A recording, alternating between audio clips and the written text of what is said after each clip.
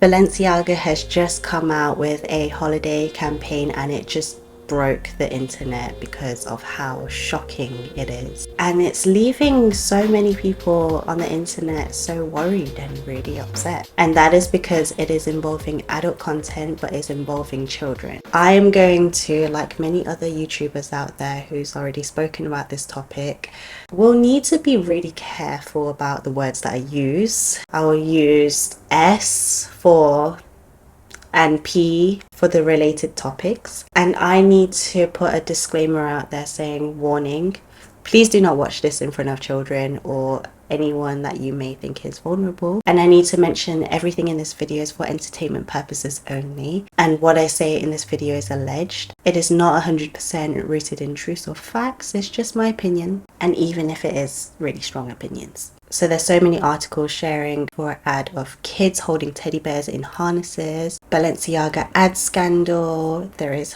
when high fashion and QAnon collide. This is just crazy because so many articles, it was just popping up all over social media for me, and I was just in shock value because I was wondering how this could have become such a big problem. Like, how did this even happen? And I'm shocked myself. So what is this all about and what happened? And basically, in a nutshell, everything in this holiday campaign that just happened, it is involving children holding teddy bears with BDSM gear. And BDSM is a term used to describe aspects of sex that involve dominance, submission and control. It kind of involves a lot of role playing, a lot of bondage, a lot of discipline and dominance. And it's for adult content and not for kids.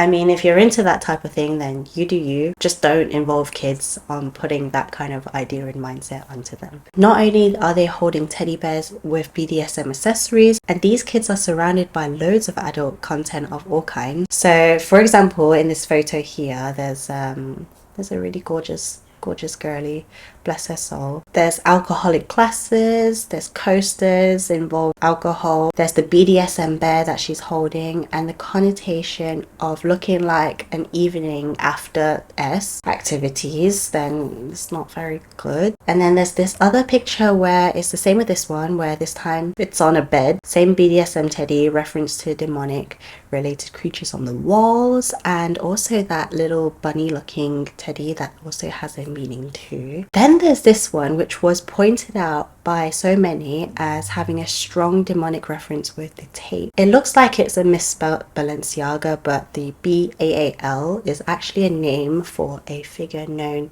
to sacrifice children in religious rituals. The reference to the bunny is also Baal, and again the same BDSM bear is there. So if you look closely at the tape, you can see the reference of Baal being an ancient Canaanite demon god, and pagans ritualistically sacrifice children to this demon. It's just a bit creepy and dark.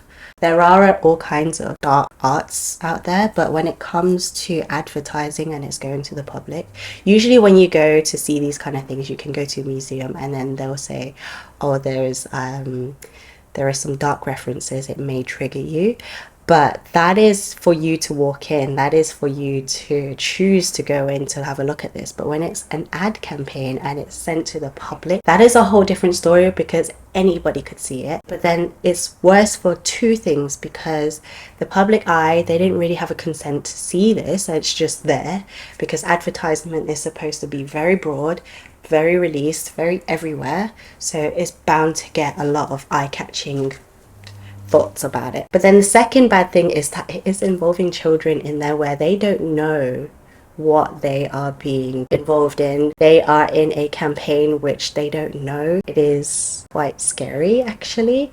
So who knows, from my perspective, I have no idea whether the kids were scared or whether they just were having a great time but they just don't understand what's happening. If they're being subjected to things like that and they have no idea, then that's not really consent, is it? So whilst so many of these things like the Baal tape, BDSM teddies, it may all be just coincidental, but it really cannot, because in this industry absolutely everything is meticulously placed in and everything has a meaning behind it. You don't just randomly place everything in there.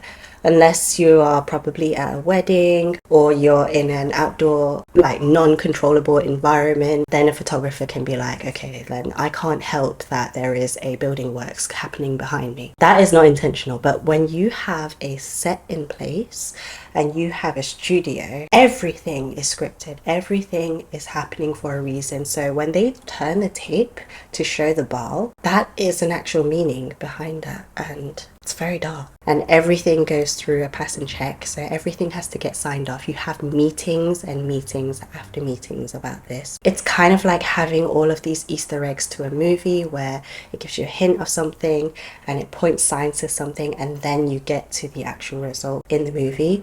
So they all have a purpose for being there from the set designer or whoever planned this campaign. Now I'm going to sidetrack a little bit on this topic because it is something that I tend to look for myself when I look for brand values and their core beliefs. I spoke more about this in detail for finding your own brand values and your own core beliefs. And if you want to have a look at that, then you can check out my 4-part series, and I'll link it up here. And it's called Unfulfilled Work, where some people find that it's difficult to find fulfilling work, and this is where you have to deep down find your core values to be able to identify your calling in the jobs that you do. So that's all in the playlist up here, and you can enjoy that. So how did we end up with such craziness that's happening from Balenciaga? And it's such a huge backlash from this campaign. Now, when I look at Balenciaga from recent days, we've had quite a lot of bold moves from them. Think of the expensive IKEA bags or those Lay's chip bags, the faceless dress worn by Kim Kardashian, and also that tape dress as well. And their catwalks are very, very weird. Like the one that just made no sense for me is when the models couldn't walk properly in their catwalk. They were struggling to get through the crowd and it was just so awkward. Another thing is that they had one where they were just covered in mud, which it's a mess. So Balenciaga as a whole is a bit too messy for my liking. Again, if you've been watching my vlogs, then you can tell that I'm a very boring person and my overall looks are always very same. But what's made them so successful in recent days is actually because of the amount of publicity they've been getting. They actually have the highest engagement in terms of social media on Instagram compared to the likes of Dior, LV, Prada and Gucci. So they are nearly on the 1%, whereas Dior and Gucci, they're around 0.5%. LV and Prada are a bit less. So in terms of social media campaigns, they are acing it. The target audience for many of their campaigns are going for millennials and Gen Z, mostly because they make content about shoes, randomness, memes, something raw and that's relatable that you can see on the streets. So it's not your typical luxury house campaigns that you see from the likes of Dior or Gucci or LV, where they're very like prim and proper and very beautiful, extravagant. And when I look at brands for myself, when I choose them, and you could probably see when I talk about loads of different products, then I like to know the story behind them and what's the background story. And it makes me look at what their core value is, but I think in Balenciaga's case, it might be one that was actually lost over time. Balenciaga was founded by Cristobal Balenciaga, who was originally Spanish in origin and started his company in 1919. And he brought over his Spanish culture over to France in 1937 because it was the Spanish Civil War at the time, and he wanted to create more sleek and linear lines and also challenge the normal fashion trends that were happening, especially because at the time Dior's hourglass figure was doing really well. And then he wanted to make more of a statement in the 50s and 60s, such as the sack dress in 1957 and also the collar deviating from the collarbone. Another one is the beautiful bracelet sleeves, having like really nice puffy sleeves, something that is actually still quite popular today. Those are trademarked to Balenciaga. And in 2001, Balenciaga got acquired by the huge French company called Kering, and they are the people who own Saint Laurent, Gucci, Alexander McQueen. And Balenciaga has gone through numerous different creative directors over that time, so from Balenciaga to Goma to Themister, Gasquet, and then Alexander Wang, and then now to Demna Gvasalia. So he debuted in 2015, and when he started, it wasn't actually all that controversial, and he did work quite closely with the original designs of Cristobal to maintain the signature balloon sleeves, the cocoon shapes, the gentle slope backs, and everything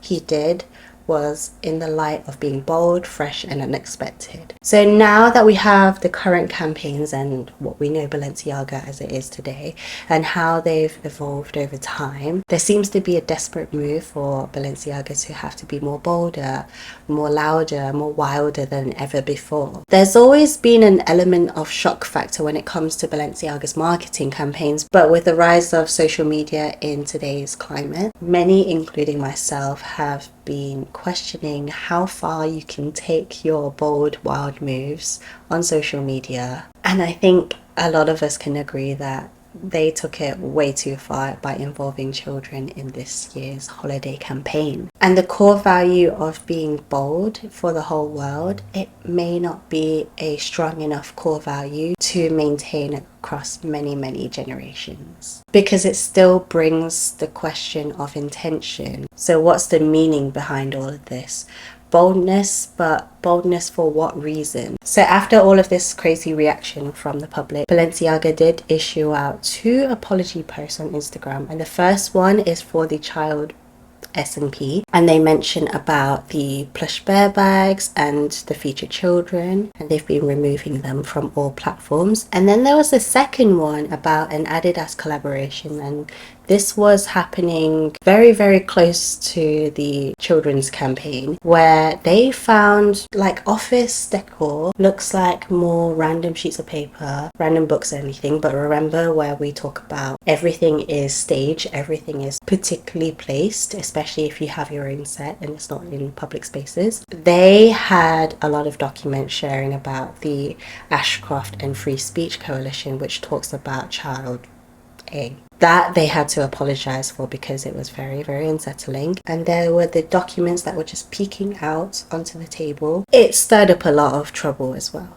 And then they said that they are taking legal action against the parties responsible. I'll get to that in one moment. The photographer involved, he's called Gabriel, and he received a lot of hate messages about the campaign, and also he released a public apology on Instagram. And from what he described, it seemed as though he didn't know how bad the campaign was going to be for the child photography. He signed up for what was labeled as a punk theme and nothing more than that, which, as someone who works and sees photography in the backgrounds with my boyfriend, I do notice that this does easily happen, and it's something that it's quite difficult to voice up, especially when there are huge brands literally crushing left, right, center. As the person behind the camera, it can be really difficult to voice up your opinion, especially when there's people with money involved. When they say when there's money involved and it brings out the worst in people, when there is money, the higher ups tend to pay off to silence people. So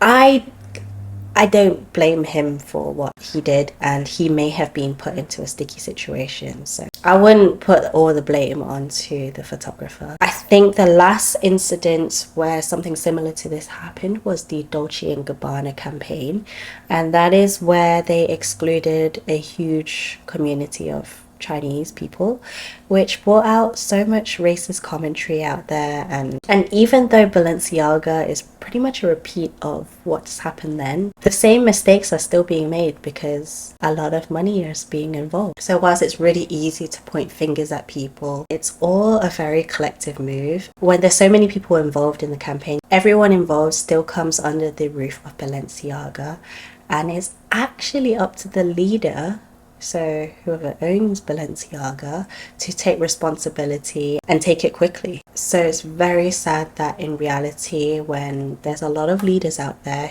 who in reality, when things happen, and they do happen, and that can't be helped, when leaders are in the position where they are in power but they are not doing anything to actually lead. And that is largely because a lot of leaders, they want the power but they don't want to take the responsibility, and especially when there's money involved, it just brings out the awful things out of people. So Balenciaga did mention that they were going to sue North Six, which was the people who produced the campaign. But this is what I mean about silencing with money. It's really common for a large company like Balenciaga to hire a production company, and when something bad happens, then they start pointing fingers at them because they are saying that this is not their fault, and they put the blame elsewhere, and it is so wrong. And it's very, very sad to see. And this is where I get a little bit confused, because it's a very strange concept to sue a company that you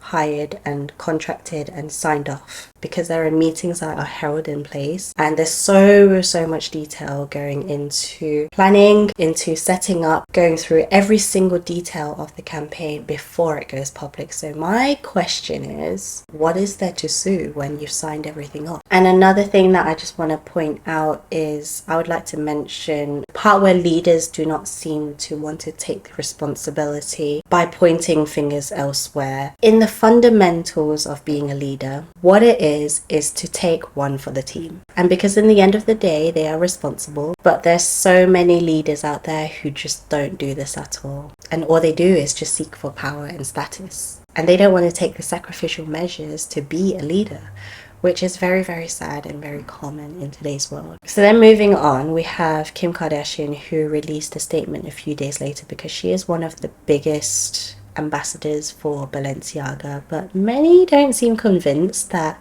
her words are genuine. It's just a way for her to say that she just wants to keep monies and wait for things to die down. And that is where I think that she does, I guess, match the core value of Balenciaga, where I think she does kind of match the whole I don't have a strong core value, just controversy. Think of the S-tape. Think of all of these fad diets.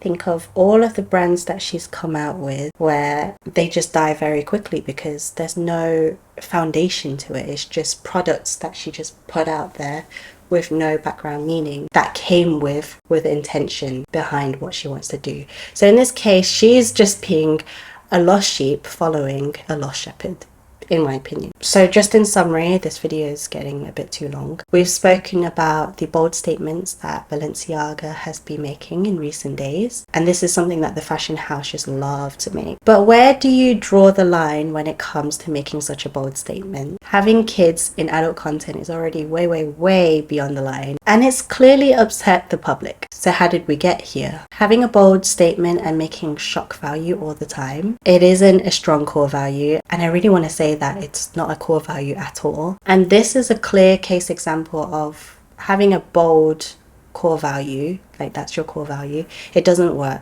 because there's just no clear intention. So you're being bold, but bold for what? This is why I really want to emphasize to make sure that you take the time to identify your core value, identify your core belief, because when it comes to building your own company, you want to have that core value in place, or even just as individual people, as a content creator, or just being your own persona. And I'll probably make another series about having a strong core value for your own personal life, and it doesn't need to be anything related to companies or building a company as a whole, because you want to put out a clear intention of what you want, where you want to drive your life. It's the driving force to doing more good to the world. So I hope that this can be a learning curve for so many people, and that we can move forward from this shocking mess. And if you want to see more content about finding your core value and identifying your purpose in the world, then check out my 4-part series over here, and I will see you there. Bye.